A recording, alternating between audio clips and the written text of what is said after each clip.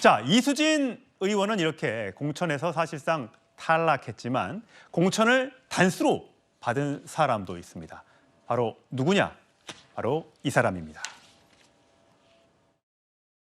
외모 이상형, 이재명 대 문재인. 하나, 둘, 셋. 이재명.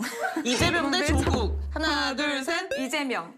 이재명 대 차은우. 하나, 둘, 셋. 이재명. 아, 이건 아니다, 진짜. 김남국 대 김남길. 하나, 둘, 셋. 김남국. 좋아하네. 이것만 나간다. 아니, 민주당 화이팅! 우리나라는. 네, 윤 대표님. 네. 물론 웃자고 하는 겁니다. 누구를 외모를 평가하는 거는 절대 있어서는 안 되는 일인데 방송에 이제 나와서 안기령 전 YTN 앵커죠. 더불어민주당 상근 부대변인데 이번에 단수 공천을 받아서 도봉갑에 출마를 하게 되는 거죠. 근데 방송에 나와서 웃자고 하는 얘기지만 이렇게 얘기를 했어요. 이재명 대표를 굉장히 칭찬을 했어요. 이게 굉장히 지금 온라인상에서 화제가 되고 있더라고요. 예. 아무리 이제 웃자고 한 얘기인데 실은 우리가 이제 흔히 정말 이재명 대표를 떠나서 우리가 일상생활에서 저렇게 하잖아요. 저 약간 매긴다는 표현이 있습니다. 듣는 이재명 대표도 과연 기분 좋을까? 전 모르겠어요. 예. 아무리 뭐 정치인이고 같은 동지 뭐 대표라도 해도 한 나라의 어떤 정치인으로서 데뷔를 했고 국민의 선택을 받겠다는 분이 이렇게 장난스럽게 글쎄요, 오히려 솔직하게 그냥 담백한 모습을 보여주는 게 낫지. 이런 것들은 오히려 지지자들도 그렇고 국민들에게도 그렇고 좀 보기 안 좋다. 근데 물론 그렇게까지 해야 됐는가라는 이제 그런 질문이 나오는데 실제로 이번에 어마어마하게 좋은 지역구를 받았습니다. 예. 경선도 없이요. 그러니까 그곳은 이제 고 김근태 의원의 어떤 지역적 뿌리가 있고 또 김근태 전 의원의 이제 부인이신 인재근 전 의원이 또 현재 내리, 의원입니다. 예, 그렇죠. 현 의원이 내리 3선을 했지만 이제 상당히 좀 안 좋은 경위를 통해서 이제 인재근 의원이 사실상 컷오프나 예. 다름없는 그런 불출마가 됐고 여기에 이제 이분이 딱 가니까 이제 그 당시는 정말 농담인 줄 알았는데 이제 많은 분들이 야 이게 정말 정치가 이렇게 해야 되는 거냐 이런 말씀들 좀 하시는 것 같아요. 네. 예. 자, 이렇게 얘기하면 공천을 받는 거냐라는 얘기가 나올 정도인데 자, 안기령 상근 부대변인 과거 이렇게 이재명 대표를 변호하기도 했는데 자, 이재명 대표의 목소리, 한동훈 당시 법무부 장관, 안기령 대변인의 목소리까지 주르륵 이어서 들어보시겠습니다. 윤 정권의 망나니 칼춤을 좌시하지 않겠습니다. 여러 가지 말씀을 하시는 것 같은데 수사를 받는 정치인이 과도하고 과장된 발언을 하는 것은 자주 있는 일 아닙니까? 거꾸로 한동훈 장관에게 묻습니다. 본인과 윤석열 대통령 가족은 왜 수사하지 않습니까? 한동훈 장관과 검찰은 수사해보지 않아도 누가 유죄이고 무죄인지 알 수 있다는 말입니까? 네, 김영주 전 네. 의원님. 어쨌든 지금 도봉갑에서 두 젊은 정치인이 이제 맞대결을 하게 됐습니다. 뭐 누가 이길지는 아직 모르겠습니다만 역시 이 도봉갑은 전통적으로 야당의 지지가 강한 곳이라 안기령 대변인이 뭐 유리할 것이다라는 전망이 있는데 지금 뭐 국민의힘이든 뭐 개혁신당이든 이렇게까지 얘기를 해야지만 공천을 그것도 단수로 받을 수 있구나라는 얘기가 지금 나오더라고요.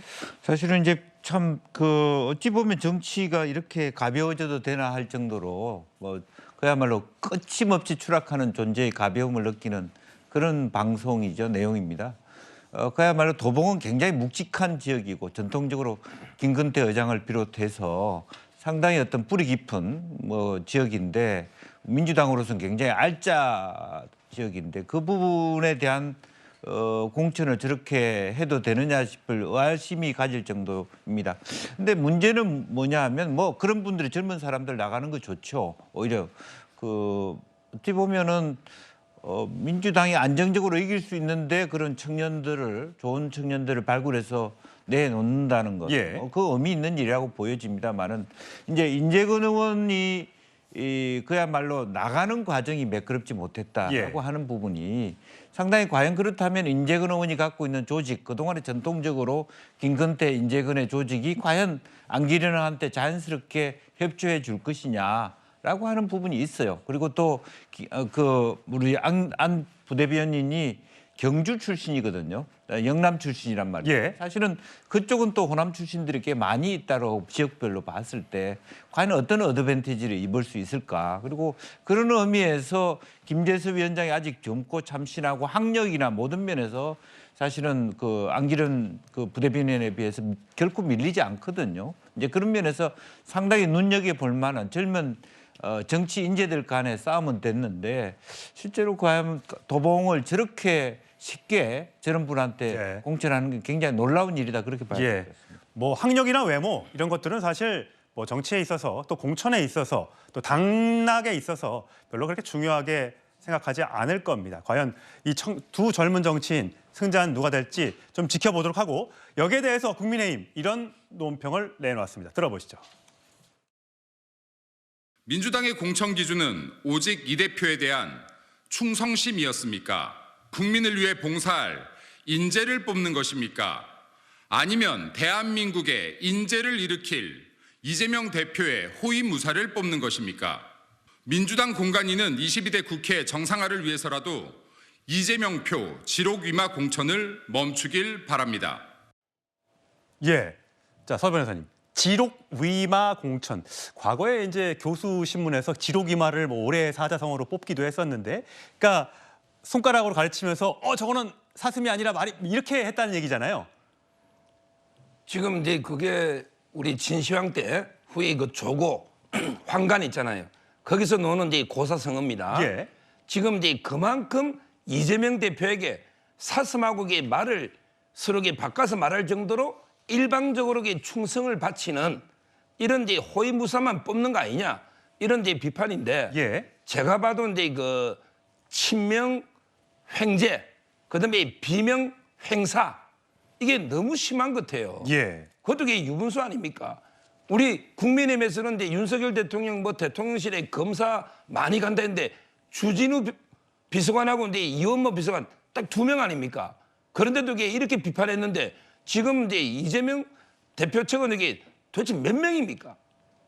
지금요 국민의힘에는요 장동혁, 이철규, 그다음에 비서실장 김영동 전부 경선하잖아요. 예. 근데 천준호 비서실장부터 지금 최고위원들 사무처 전부 단수 공천 주고 예. 지금 화면 나가고 있네요.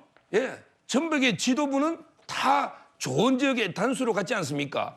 그리고 이제 반 이재명 측에 있는 대표적으로 박용진 의원 이분은 하위 10% 주고 예. 그다음에 3명 경선도 결선 투표를 예. 가는 거 아니에요. 이런 식으로 저는 공천을 하는 게 정말 해도 너무한 게 아닌가 이게 공당인가 예. 생각이 들어요. 안규령 부대변인의 발언에 대해서 김웅 송파갑 현직 의원이죠. 뭐 이렇게 얘기했더군요.